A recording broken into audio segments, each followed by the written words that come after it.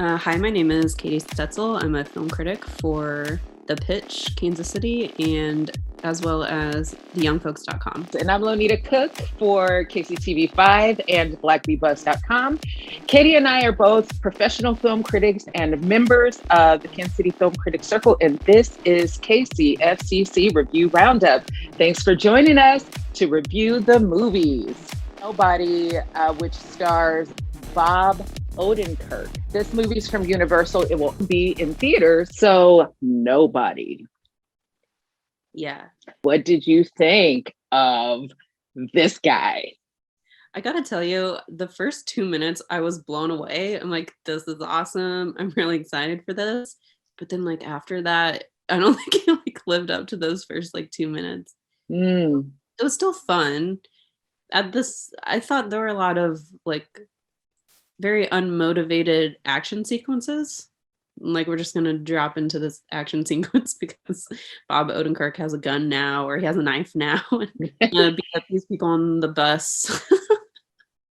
Yeah, here's the thing. I think they were trying to out John Wick.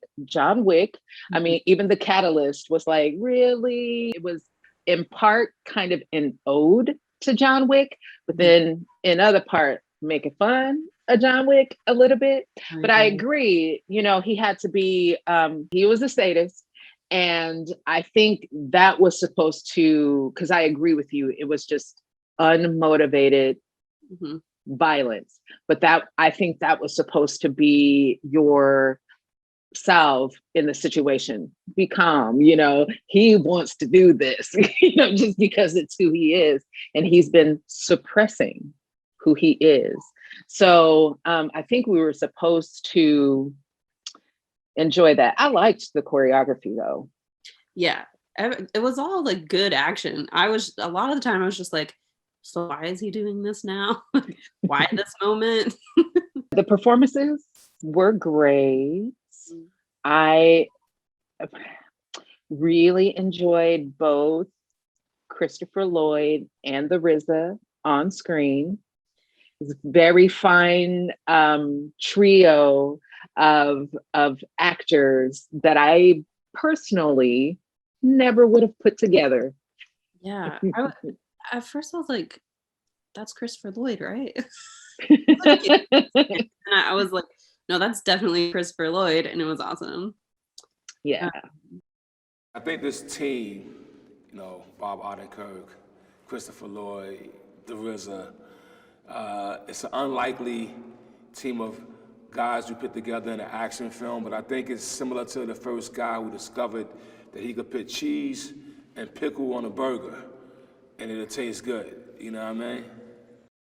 It is a movie that's about a guy who likes to commit violence. However, that first scene when those two people first break into the house and he de-escalates the situation, and then his son and then everyone else is like, well, why didn't you take the shot or whatever?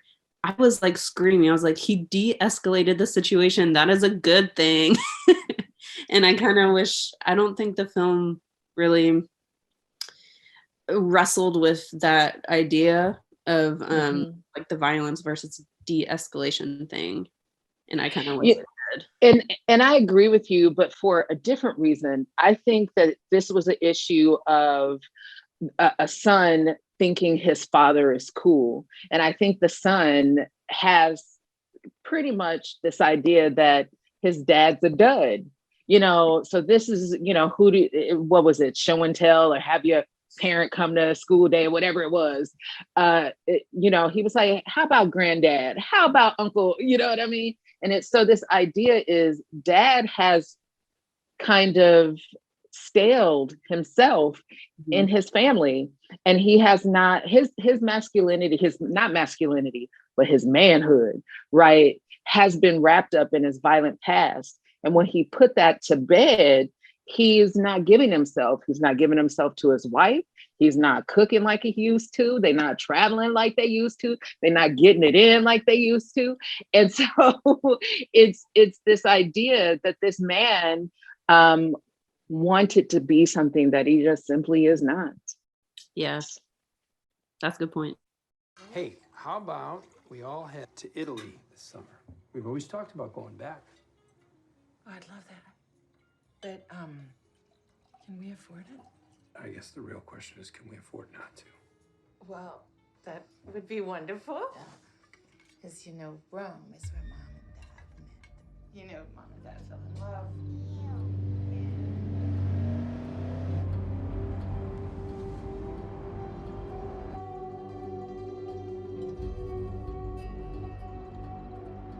Possibly one of the children. Everybody get to the basement.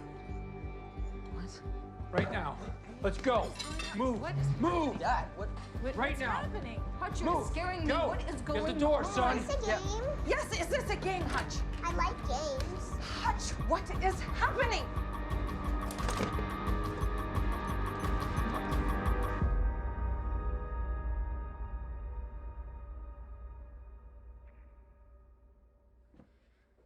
Don't call 911. Do you think there will be a sequel? I feel like they kind of set it up for a sequel. It's 100% set up for a sequel, but they closed it out where if it doesn't do as well as they would like for it to do, and they got their movie in, you know. Would you recommend it though? Yeah, because I feel like everyone will like to see Bob Odenkirk just kicking some ass, honestly. And like a lot of the music choices are super on point. Incredible soundtrack. I said yes to the soundtrack. I said yes to the fact that, and this is to your point, he doesn't play a tough guy. He plays a suburban dad with the tough guy past. And I really love that dynamic. I love it.